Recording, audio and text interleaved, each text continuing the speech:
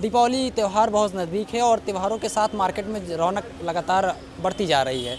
हमारे देश की सरकार भी प्रधानमंत्री जी यह घोषणा कर चुके हैं कि इसमें स्वदेशी सामानों का उपयोग ज़्यादा करें, चाइनीज़ और जो बाहरी सामान है उसका उपयोग ना करें, स्वदेशी को वरीयता दी जाए। आप कितना सहमत हैं इस बात? इसी से संबंधित जो वक्तव्य है उसका मैं पुरजोर और पूरी तरह सहमत हूँ और मैं खुद स्वयं हाथ जोड़ के अपने भारतवर्षियों से, सभी देशवासियों से निवेदन करूँगा कि यथासंभव हो तो हमें स्वदेशी अपनाना चाहिए। स्वदेशी क्यों अपनाना चाहिए, ये विषय इसलिए भी ज़रूरी है क्योंकि कि जो हमारे देश के ग्रामीण क्षेत्रों से छोटे छोटे कुटीर उद्योग हैं, वहाँ से जो वस्तुएं आती हैं, आजकल तो त्योहारों का मौसम चल रहा है। पहले हमारे यहाँ से गांवों से अर्थव्यवस्था मतलब बाज़ारों से चीज़ें आती थी, दिए आते थे और भी चीज़ें आती थी, साज सज्जा की जो सामग्रियाँ आती थी वो सब हम लोग लोकल ही ख़रीदते थे।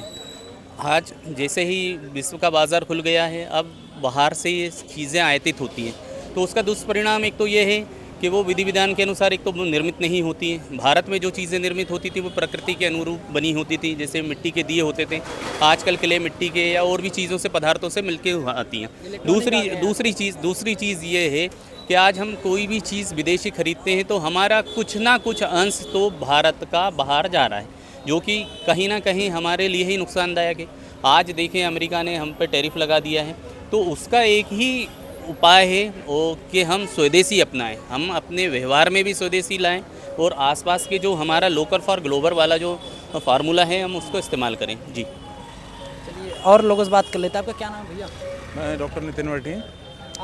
जो अभी स्वदेशी की घोषणा की जा रही है, स्वदेशी से क्या लगता है मार्केट स्वदेशी सामानों से उपलब्ध हो जाएगी? मैं गागर में सागर बस एक वक्तव्य अपना देना चाहूँगा कि स्वदेशी अपनाएं, देशभक्त कहलाएं, और जिससे अपनी अर्थव्यवस्था को भी बल मिलेगा और वो विदेशी ताकतें जो भारत के विरुद्ध धन का अर्जन यहाँ से करती हैं और उसका उपयोग भारत के ही खिलाफ करती हैं, तो कृपया करके अपने देश का ही जो है सम्मान बढ़ाएं और स्वदेशी अपनाएं। राहुल गांधी और कांग्रेस लगातार तंज कसते हैं इस बात पे, कहते हैं कि बताइए मोदी जी चाइना से हाथ मिला रहे हैं और कहते हैं स्वदेशी अपनाओ। भाई ये तो राजनीतिक स्टंट हैं, इस पे मैं कुछ नहीं कहना चाहूँगा। क्या अपने देश के साथ नहीं खड़ा होना चाहिए? बिल्कुल होना चाहिए। प्रधानमंत्री तो पूरे देश के है ना। बिल्कुल होना चाहिए। ये राजनीतिक स्टेटमेंट है, देखिए इसके बारे में सबका अपना अपना अलग अलग ओपिनियन हो सकता है, तो उस पर तो मैं क्या ही बोलूँ भाई। कोई बात नहीं।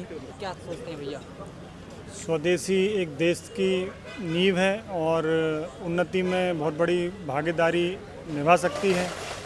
स्वदेशी का मतलब यह है कि स्वयं के देश में निर्मित चीज़ों का उपयोग एवं निर्वहन करना, स्वयं की संस्कृति को निर्वहन करना।